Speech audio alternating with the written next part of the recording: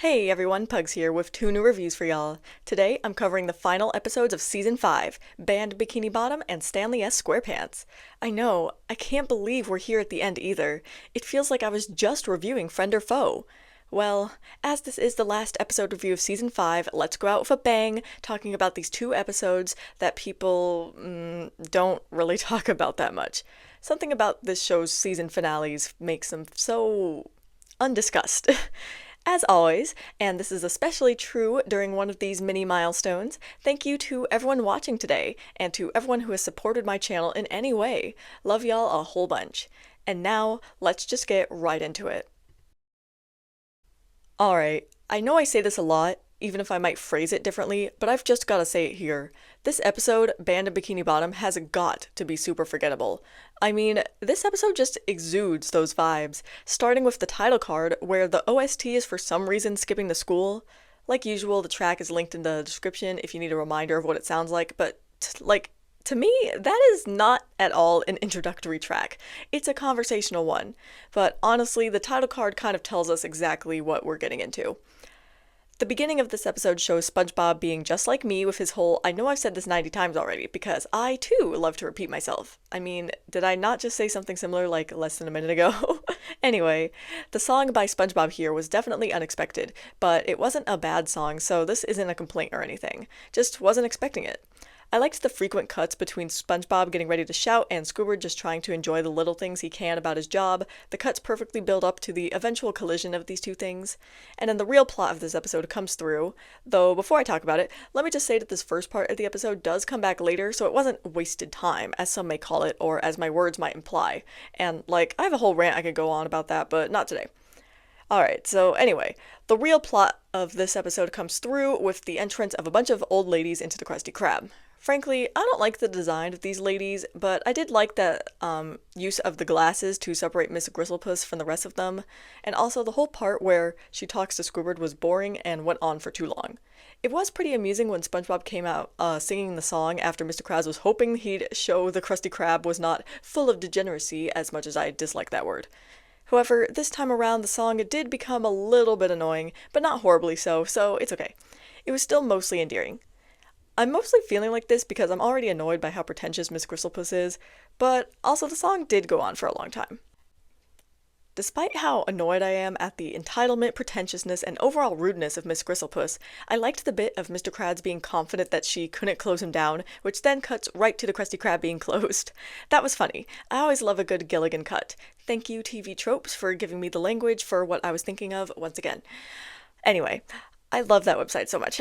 Okay, anyway, I also loved how Squidward relayed exactly how Mr. Krabs got himself into this situation, and of course, once Mr. Krabs fully loses it, that was hilarious. Unfortunately, this ends the only segment of this episode that is truly hysterical. From here, it's just a lot of middling.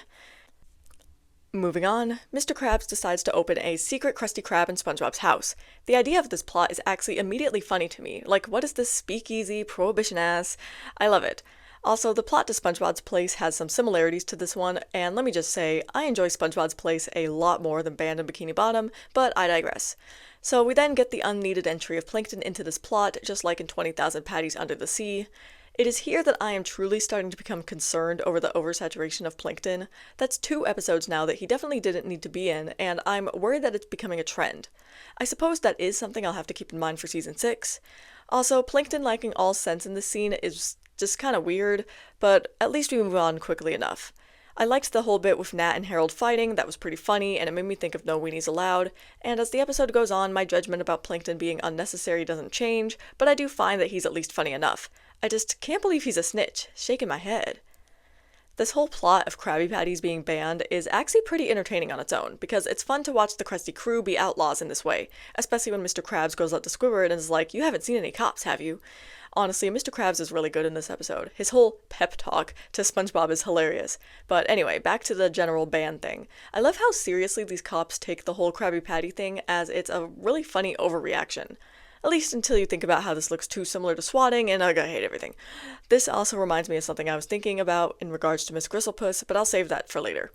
And then, of course, we have the end of the episode where Miss Gristlepuss accidentally eats a Krabby Patty and then starts singing SpongeBob's song, falling in love with Krabby Patties. And it's a fine ending. Not particularly funny or anything, but it's nice to see everything turn out okay. And I guess now is a good time for me to go into that thing I said I would save for later, talking about Miss Gristlepuss. And as you can see, my soapbox sticker is up, so you already know what's about to go down, so I don't want to hear any nonsense in my comment section. Okay, so her character to me is just a depiction of a white woman doing white woman things, namely whining and crying and using the cops to her advantage. Now, I'm fully aware that this isn't a completely accurate judgment of Miss Gristlepuss since this episode isn't about racism at all, so really, I think that she represents the rich elite in their belief that they should be able to decide how society operates, which in real life is dangerous because with the way society is set up, rich people really do have that power, and money and status does influence the police, amongst other things. So it's interesting to see this episode depict that, even though I'm sure that this was not the intent of Band of Bikini Bottom, but listen, you just learn to see these patterns and everything. That's why I go on these soapbox tangents so much. It's as much of a blessing as it is a curse. So, I think my biggest gripe with Band and Bikini Bottom is that it takes this actually kind of fun idea of Krabby Patties being banned and doesn't do enough with it. With the way that Season 5 had specials out the wazoo, this episode could have, and probably should have, been a special. At the very least, it would give Plankton much more to do since he was completely unnecessary here, though even if this was a special, I still think he should be cut out entirely. A special would also allow room for this episode to breathe in both the banning of Krabby Patties and also in the secret restaurant, because as it is, everything just happens too quick for me. But also it doesn't even feel that way because the humor really just wasn't here in this episode outside of Mr. Krabs really carrying this episode on his back. So this episode feels a lot longer and slower than it actually is. It just feels kind of disappointing overall, if I'm being honest. And then, of course, once I factor in the annoyance I get from Miss Gristlepuss for both the general reasons and the soapbox reasons, and the disappointment I feel in the missed opportunities, I find that it makes the most sense to put this episode right at the upper edge of my mediocre tier, where it comes in with a score of 5.9 out of 10. And here I reach the final episode of Season 5, Stanley S. SquarePants. This episode continues, and ends, Season 5's little trend of exploring SpongeBob's family. I liked that this season took the time to do that with Blackjack and Pets of the West, and now this episode, it's nice to meet more characters and to learn more about the world of Bikini Bottom. And this time around, unlike Blackjack, where the title character is mostly haunting the narrative until the end, this episode features Mr. Stanley all throughout it. Let's discuss, shall we? Stanley S. SquarePants hits the ground running as Stanley is introduced like 10 seconds into the thing, and he's introduced in a pretty funny way, if I do say so myself, which I do.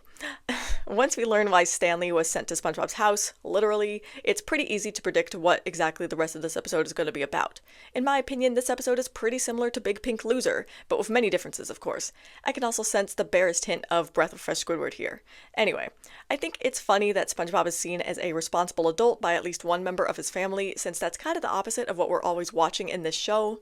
It's also funny because on paper, at least, this is true. SpongeBob's got a steady job, stable housing, and he even is taking care of a pet. By all accounts, in a capitalist society, SpongeBob's a pretty capable adult. And that's one nice thing about this episode, by the way. We're leaning fully into the SpongeBob is an adult side of the line, which, as we all know, is my favorite side of the line. Another thing I like about this episode is SpongeBob's pride in working at the Krusty Krab. His photo wall is so wholesome, and it feels a lot like the iconic credits of the SpongeBob SquarePants movie. A weakness of Stanley S. SquarePants, however, is the eponymous character. The dude isn't even that annoying, it's just that he keeps causing problems without having much of a character outside of that. Like, he's not funny or witty or anything like that. He's just kinda a SpongeBob Patrick hybrid, but without any of the charm. And as I speak on reminders, I'm gonna bring up yet again that this episode reminds me of Big Pink Loser, but like with Stanley's character, it lacks the charm of that episode. It's kind of funny that this episode is like that one, given the whole scene of Patrick, the master of nothing, trying to impart to Stanley the wisdom of his ways. Because of that scene, I'd like to consider this episode a spiritual successor to Big Pink Loser. And that scene with Patrick is good. I love how haughty he is, but that goodness only lasts until Stanley tries to do nothing, and then it just gets boring, predictable, and kind of weird. Okay, listen. I know the joke is that Stanley isn't even good at doing nothing, but the execution just makes Stanley extremely ADHD coded to me, so it feels a little close to home to hear Stanley despair about not even being able to do nothing right. Reminds me of when I was younger and I used to feel like I couldn't even relax correctly. So I'm not saying the episode is doing anything wrong here, it just reminds me of negative things, and so it kind of taints my experience of watching this part. There's a lot of good in this episode, though, such as some really funny moments, which are always an important element for an episode to have. Squidward's reaction to meeting Stanley is absolutely hilarious and gets me dying laughing every time, and this is definitely the most memorable part of the episode outside of the ending. And the incident with Sandy was also pretty funny. And the way SpongeBob unwittingly roasts Stanley during the bit before the Krusty Krab was amusing as well. Thank God Stanley's crying wasn't super annoying. I also really liked the joke with Mr. Krabs' nephews. And there are also some neat writing things in this episode too. Like, I liked that SpongeBob had some conflict in this episode about recommending Stanley to work at the Krusty Krab. He's seen Stanley's incompetence and bad luck in action, and he doesn't want that to infect his sacred place. But also, he wants to help Stanley because he's his family and he doesn't want to hurt him. So I appreciated the inclusion of this conflict because it made the episode more interesting, and it's nice to see SpongeBob have a bit of nuance as a character. What I did not like about this conflict, however, was SpongeBob taking the blame for Stanley's actions. Yes, it was a natural outgrowth of that plot thread, and very in character for SpongeBob and his big heart and tendency to be a bit self-sacrificial, but I did not find it pleasant to watch because we know that none of these things are SpongeBob's fault. And that's just par for the course when it comes to this trope, but I guess that just means I don't like this trope. And that's true, I don't. And y'all know I hate to see our favorite little square dude lose. This is the part of the episode that reminds me of Breath of Fresh Squidward, although the way this blame game plays out in that episode is different compared to this episode. Just the negative feelings I have between these two episodes when it comes to scenes at the Krusty Krab are the same. And I think what makes this part of the conflict more of an issue for me is Stanley's reaction. He's not grateful at all, and it leaves a bad taste in my mouth. It also just makes him seem like an asshole when the episode had previously made him seem just fine, but it's when SpongeBob starts covering for Stanley more explicitly and Mr. Krabs starts praising Stanley and blaming SpongeBob that things start moving in a much more unpleasant direction for me. This is like the third episode of something like this happening, and so I'm feeling all of the unpleasant feelings I felt in the original Fry Cook and, like I said, Breath of Fresh Squidward, and so this isn't a good look.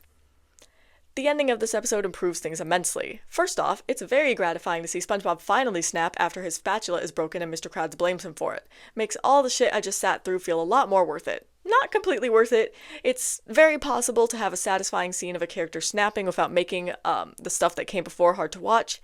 These episodes need to take some notes from Can You Spare a Dime?